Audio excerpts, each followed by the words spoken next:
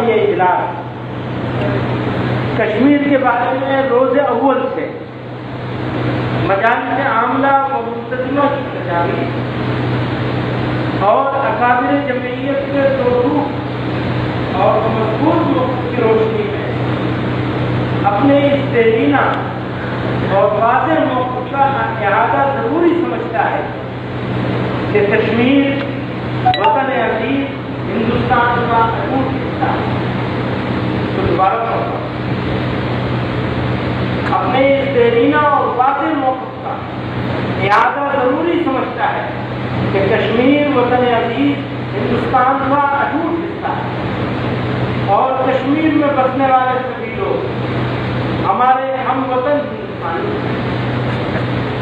جمعیت علماء ہند ہمیشہ متحدہ ہندوستان کی حامی رہی ہے اور ملک کی سلامتی اور وحدت اس کے نزدیک بہت اہمیت رکھتی ہے۔ اس لیے وہ کسی بھی علیحدگی پسند تحریک کی ہرگز تائید نہیں کرتی، بلکہ اس طرح کی تحریکات کو نہ صرف ہندوستان بلکہ خود کشمیریوں کے لیے نقصان دہ سمجھتے ہیں۔ اسی کے ساتھ ہم کشمیری عوام کی آرزوؤں، خودداری اور تہذیبی شناخت کے تقاضوں سے ہرگز بے پرواہ نہیں۔ ان کے جمہوری اور انسانی حقوق کی پاسبانی ہمارا قومی اور انسانی فریضہ ہے، ہمارا قومی، ملی اور انسانی فریضہ ہے۔ ہماری نظر میں کشمیری عوام کی فلاح و بہبود ہندوستان کے ساتھ جڑی ہوئی ہے۔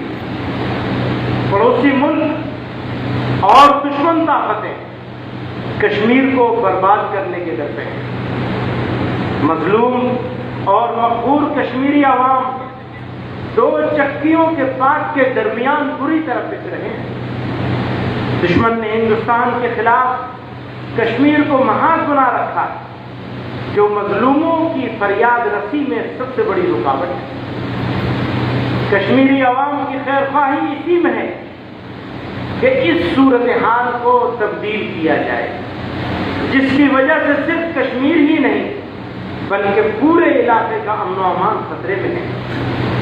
لہذا اس خطے میں امن و امان کا قیام اور ایٹمی طاقتوں کے ٹکراؤ اور بے پناہ جانی و مالی نقصان کے تحفظ کے لیے فوری طور پر پرامن اقدامات کرنا وقت کی آواز ہے۔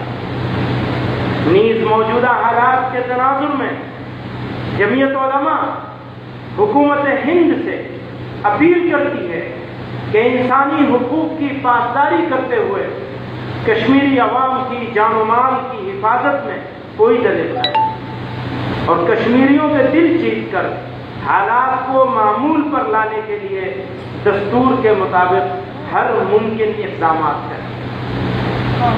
یہ وہ تجویز ہے جو ماضی کی تجویزوں کی روشنی میں تیار کی گئی، نیا مسئلہ نہیں ہے، نیا انداز اس میں ضرور پیدا ہو گیا، مسئلہ پرانا ہے۔ آپ حضرات کو یہ تجویز منظور ہے؟